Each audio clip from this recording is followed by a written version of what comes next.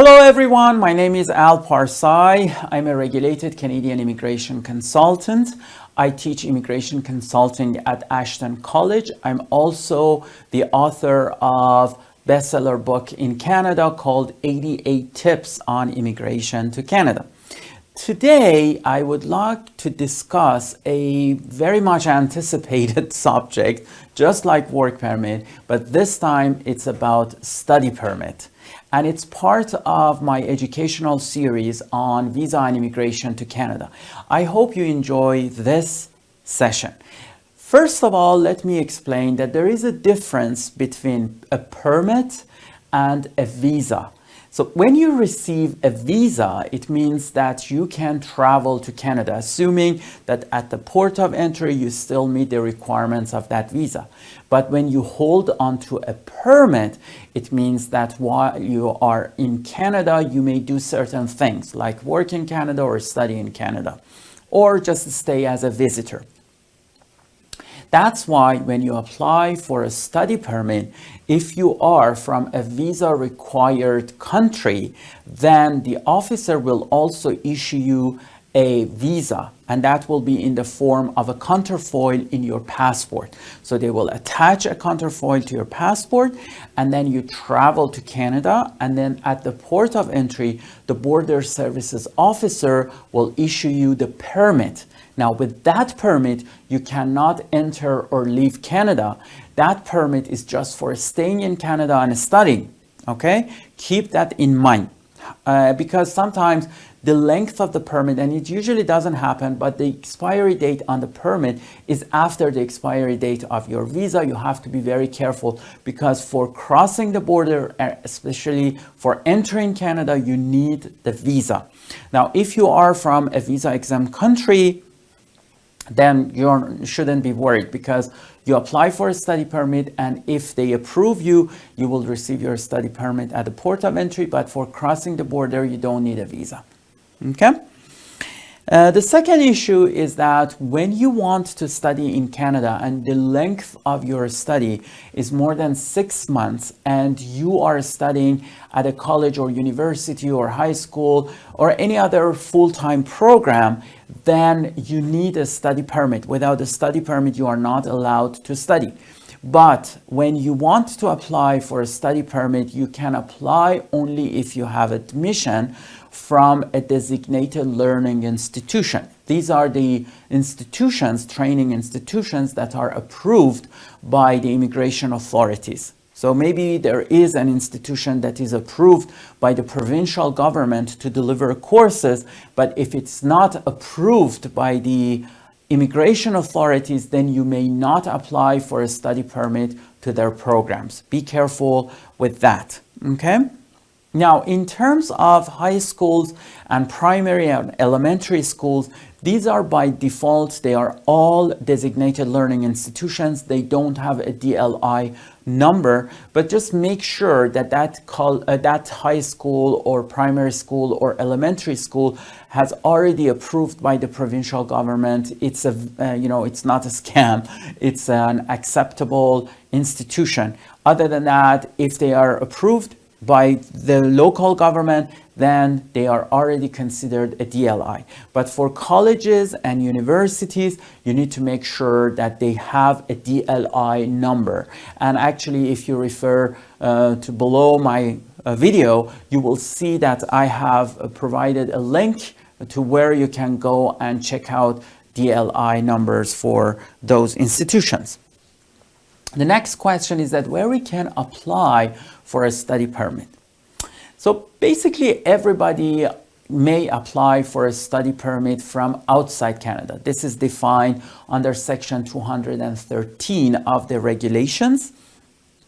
Usually you submit your application online, but if you want to submit your application in paper, then you need to go to a visa application center, which these are some institutions or organizations that have an agreement with the government of Canada that they collect documents from you. So you can go there, drop your documents, and they will process the documents and send them to the immigration authorities. But keep that in mind that they usually charge you an extra fee for the services they are providing. So that's number one. Everybody pretty much can apply from outside Canada. Can you apply at a port of entry? Unfortunately, the options are very limited.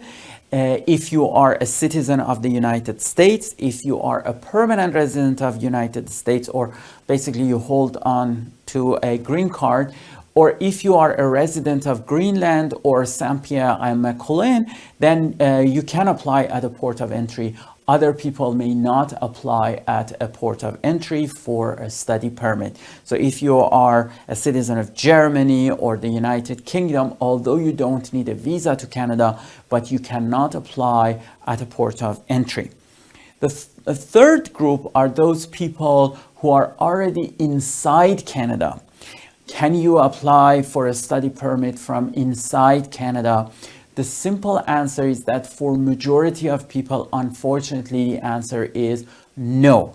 Now, under section 215 of the regulations, there are some exceptional situations. For example, if you already hold a valid study permit or work permit, you may apply from inside Canada. You don't need to leave Canada. If your spouse holds a valid work permit or study permit, you may apply from inside Canada. If you are a minor and you are already inside Canada and you are applying to a high school or primary school or elementary school, then you may apply from inside Canada. Or if you have taken the prerequisite of another full-time program inside Canada, then you may apply for a study permit from inside Canada. But be careful with these last two options. I have seen very often that sometimes some immigration officers get confused and refuse these applications when they are applying from inside Canada. That's why you need to refer to based on which section of the law you are applying from inside Canada. In exceptional situations, you may prepare your package. If you cannot really leave Canada, you may prepare your package in paper and mail it to the Visa Application Center in New York. This could change at any time, but right now Visa Application Center in New York accepts that. But if you need to do biometrics, then that puts you into trouble. So you have to be very careful because you're applying to outside Canada. Although nowadays biometric centers are available inside Canada, but that's a little bit risky situation for those people who have not taken biometrics or their biometrics are not valid. Next issue is about minors studying in Canada. So if a child wants to go to elementary school or to a primary school or to a high school or middle school, then they may receive a study permit and study there. Sometimes we even have some student exchange programs that they come here and stay for 2 weeks for those, or 1 week for those short periods of time. They don't need a study permit, but if they want to stay for an extended period of time, for example, for the full year, then they need a study permit to study in Canada. That's absolutely fine. You may register to private schools, boarding schools, or to public schools. Of course, you need to pay for tuition fee, etc., get admission. But also, you need to know that every minor child who comes to Canada, they need to have a custodian. Custodian is somebody who legally accepts anything related to that child. So if the child encounters any problem at school, then the custodian will be responsible for that child and they need to take care of that child.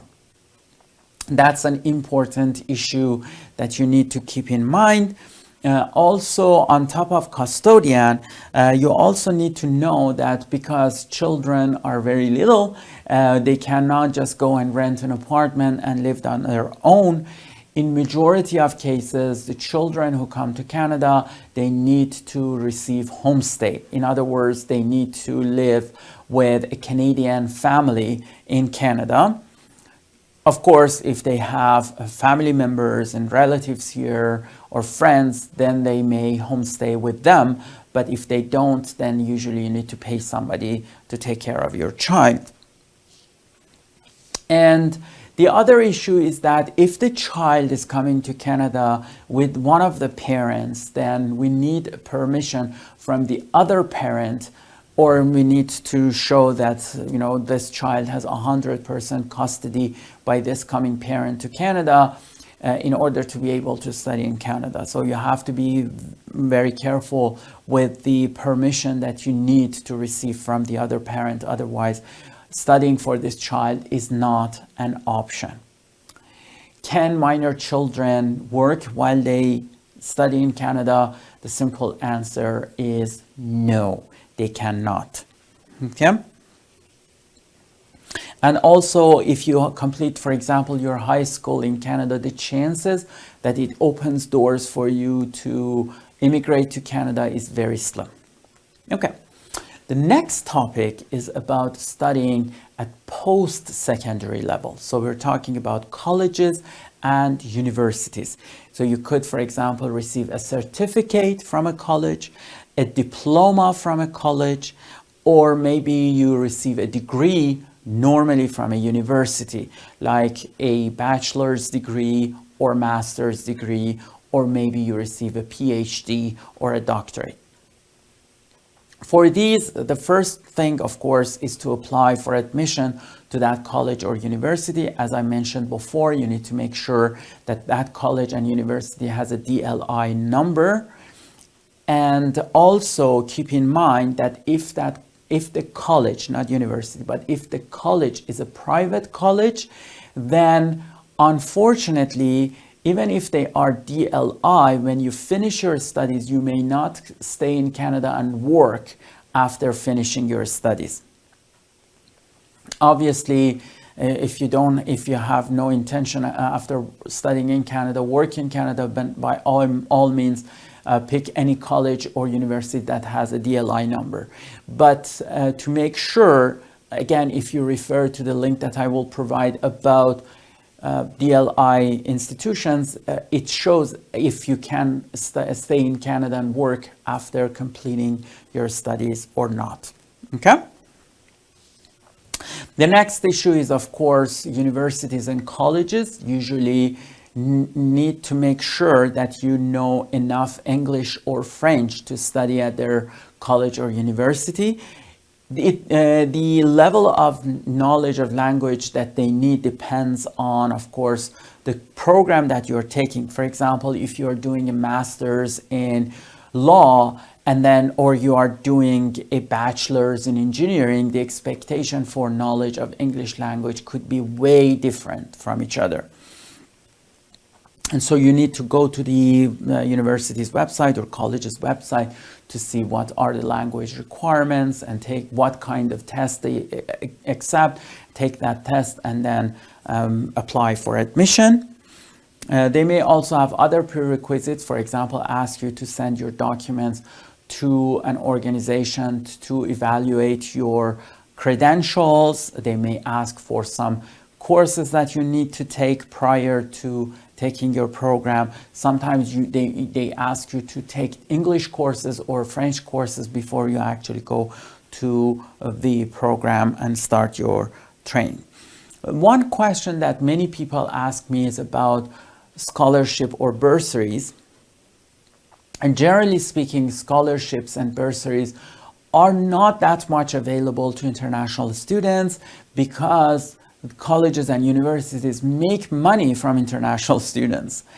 But there are exceptions. Sometimes they may offer scholarship to people that are highly talented, and especially they show that their marks are phenomenal in their previous studies, or maybe to some people that they have done voluntary work, or they are very successful athletes or artists. In some exceptional cases, they may offer scholarship. You may find some private institutions that they offer scholarship for certain reasons, and those scholarships sometimes are available.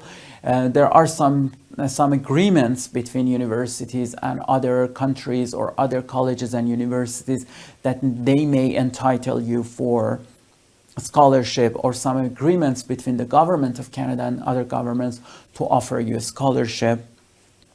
Again, for high school, elementary school, the chances that you receive scholarship is almost 0%. But for college and university, you may look into those options and see if there are anything available to you.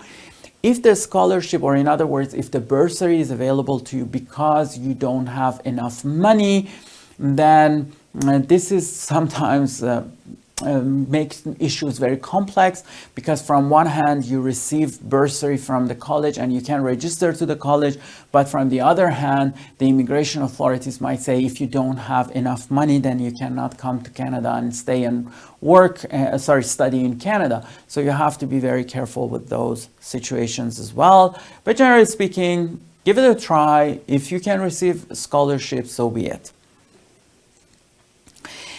Next issue is that under what circumstances the immigration authorities issue a study permit. They look into obviously many factors, but probably the big one is the financial factor. They want to make sure that you have enough money to cover your expenses, personal expenses, and also the tuition fee.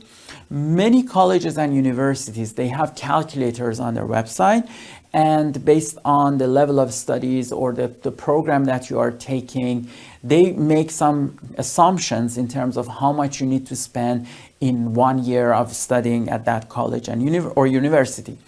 If you have access to those calculators, you may calculate that amount, and you need to show to the officer that you have at least access to money that is equivalent to 1 year of your studies in Canada. One of the good approaches is that you pay the tuition fee for 1 semester, or preferably for the whole year, to show the officer that you have no financial issues.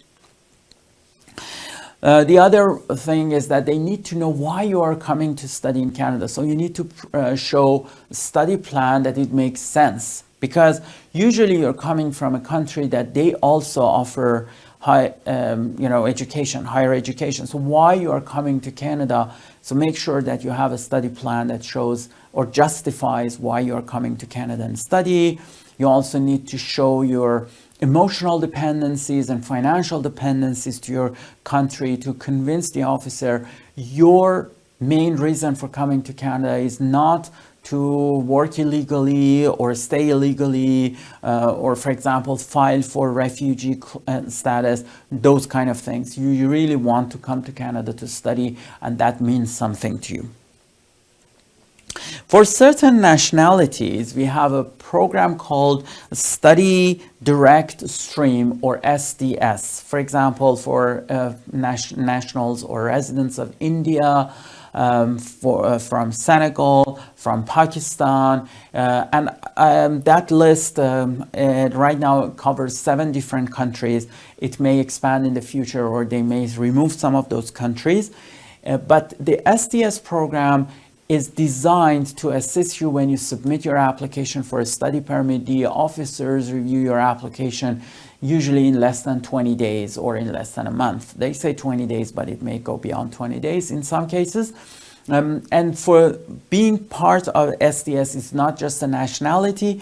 You also need to purchase a GIC from an approved financial institution in Canada to the amount of $10,000. You need to show that you have paid the first year of your tuition here. You have no financial issues or problems.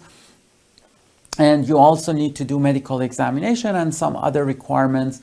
And if you do all of those, then they will quickly review your application. It doesn't guarantee approval of the application, but it's very likely that you will be approved in a very short period of time, or at least they will give you an answer in a very short period of time.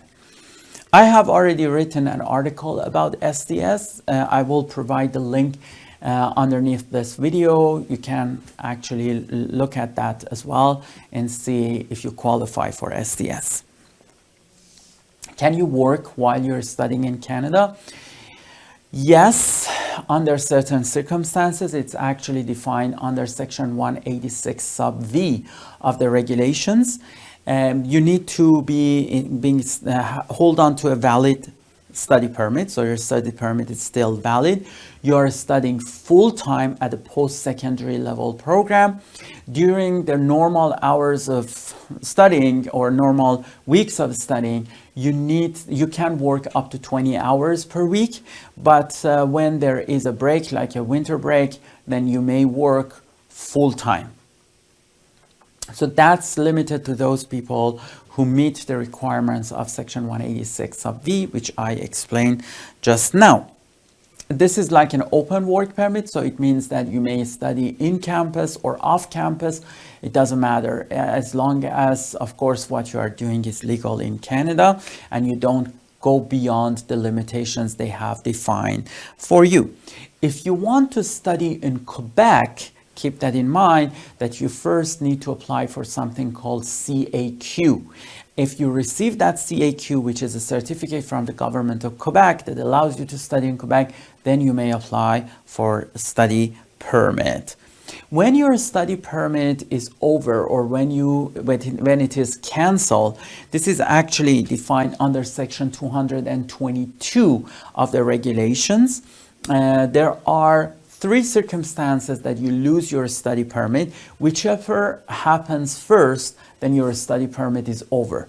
Of course, the first one is that the date on your study permit has passed. So that's number 1. The second one is that you have completed your studies and it's more than 90 days when you completed your studies. So even if your study permit is valid, but you have completed your studies, then you cannot stay here in Canada if it's more than 90 days. Okay, so up to 90 days after completing your studies, your study permit is automatically invalid, even if the date on the study permit says it is valid. The third one is when you receive a removal order. So if you receive a removal order and they want to remove you from Canada, and I have another video about removal orders, you may watch them. But if any of these 3 happens, whichever happens first, unfortunately, you lose your study permit. Of course, as a person who holds onto study permit, you need to meet the conditions of your study permit, like studying full-time.